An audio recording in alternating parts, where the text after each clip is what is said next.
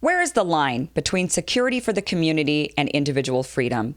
The COVID-19 pandemic has created a gateway for a surveillance state that is reminiscent of an Orwellian novel. All around the world and here in the United States, governments are implementing apps, drones, and other methods to track their population, citing safety and security as the reason. For example, in Israel, if you test positive for COVID-19, the government, without your consent, will tap into your cell phone's GPS tracking data to retrace your steps. Taiwan is also using phone location tracking on quarantined people. In Poland, if you test positive, the government enforces social distancing by making people send in selfies with GPS data to prove they are obeying quarantine. In South Korea, their testing and tracing strategy means they gather your mobile phone data, credit card records, CCTV footage of you walking around town, and your medical records to map your movements. The idea is if you test positive, they can release your whereabouts so people can avoid you or figure out if they may have been exposed. In Hong Kong, people who test positive must wear location tracking wristbands. Moscow is using facial recognition to enforce their quarantine. Cameras are monitored from a control center where images and personal details of those under quarantine are put into a database so they can be recognized by the cameras. In the UK, the head of the police department in Northamptonshire threatened to start looking through people's shopping bags for non-essential items if people do not heed the warnings. Also in the UK, drones are being used. They're using them to monitor public spaces and enforce social distancing rules. When the drone sees people in a gathering, it descends down and barks messages at them, telling them to break it up and go home. Here in the U.S., many police departments across the country have begun using drones to enforce social distancing. The New Jersey Police Department said, quote, "The practical reasoning is that a drone can cover more ground and have a greater vantage point over officers on the ground. It also facilitates an assisting patrol in getting hard-to-reach areas. Officers can patrol remote areas without leaving their vehicle area. PSAs can be delivered in public places without the danger of officer contact," unquote. By the way, there is no regulation on data collection when it comes to drones. They are not supposed to look in your backyard without a search warrant, but I don't know how they could avoid it. In Chicago, they are monitoring social media to find illegal gatherings and bust people. The mayor warned that anyone who even talks about a meeting with friends on social media will be monitored. Quote, "The time for educating people into compliance is over. Don't be stupid. Don't come out. Don't advertise on social media. We are watching you." Not only are governments using drones, facial recognition, CCTV footage, tracking bracelets, and GPS data, but they are developing and implementing tracing apps that will be forced upon the public to track everyone's whereabouts. South Korea and Singapore were among the first to deploy a digital version of contact tracing called BlueTrace. And because they've seemed to be successful at controlling the coronavirus, other countries are taking note and looking to do the same. Australia has developed a similar app that at this point is voluntary, although there are discussions by some government officials to make it compulsory. New Zealand is in the same discussions. Within the European Union, Germany and France are developing tracing tools as well. The UK also has a tracing app that uses Bluetooth technology to track anyone people come into contact with. If they test positive, the app then notifies everyone that they were near in order to test and isolate. Just yesterday, Apple and Google released the first public version of their exposure notification API called the Exposure Notification System. It's designed to notify individuals of potential exposure to others who have confirmed cases of COVID-19, while supposedly preserving privacy around identifying info and location data. This technology will be available not only for governments, but for the private sector as well. Your boss might require you to have the app to keep your job. Now, technology isn't the only weapon being used. People all around the world are becoming citizen police and are snitching on their neighbors.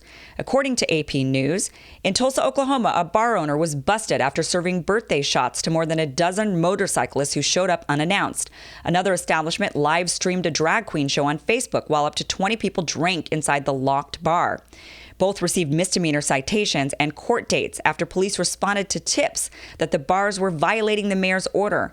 In hard-hit New York City, people arrested the owner of an illegal Brooklyn speakeasy where a dozen people were found drinking and gambling after someone called 311 with a tip. In Chicago, a yoga studio that believed it qualified as an essential health and wellness service was closed after the city, tipped off by several residents, disagreed. Now the studio faces a fine of up to $10,000.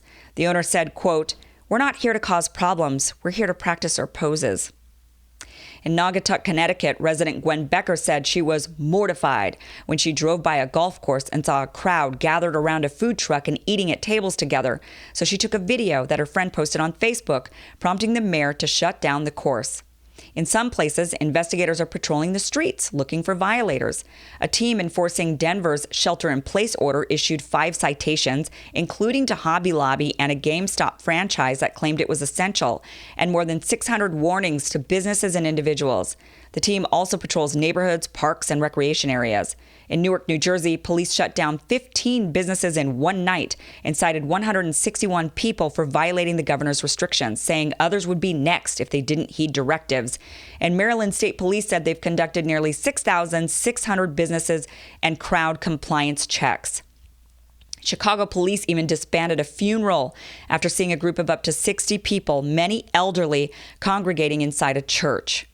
Police in Spain, sometimes aided by videos and photos posted online, have arrested nearly 2,000 people and fined over 230,000 for violating quarantine orders. And in New Zealand, a police website set up for the public to report violators crashed after too many people tried to access it all at once. Among the complaints were people playing rugby and frisbee and holding impromptu corona parties. Throughout the U.S., apps or hotlines have been set up to help residents police their neighbors. They were unveiled in places like New York City, Los Angeles, Pennsylvania, Riverside County, California, Frisco, California, Washington State, Kentucky, and Louisiana. Not only are governments beginning to surveillance us and track us, but the virus is turning everyone into each other's enemy. The scariest part is people are on board with this. Governments cannot get away with this without public support. People amongst us, our neighbors, our friends, are calling for more government surveillance and enforcement, and it's all based on fear. Now, of course, we need a society of order and safety, and we all, of course, need laws and police enforcement. But what we should always ask ourselves is, what is the function of laws and police enforcement? What do we want them to accomplish for us? In my opinion, these tools should ideally be used to help us maintain freedom and independence. For example, someone breaking into my home and stealing my things is counter to my independence. We make laws to prevent this and punish those who break those laws. On the other hand, laws that prevent me from smoking marijuana, for example, even in my own home, are not protecting my freedom in any way. In fact, it's limiting my freedom. Now, things get tricky when behaviors impact others. For example, when someone chooses to smoke in a public place, others are subjected to their smoke. However, people could choose to not patron an establishment that allows smoking. Rather than making laws that ban smoking, governments could tell establishments they could be held liable if any of their non-smoking employees end up with lung cancer. That would likely have the same effect without actually making a law that limits a private establishment's independence.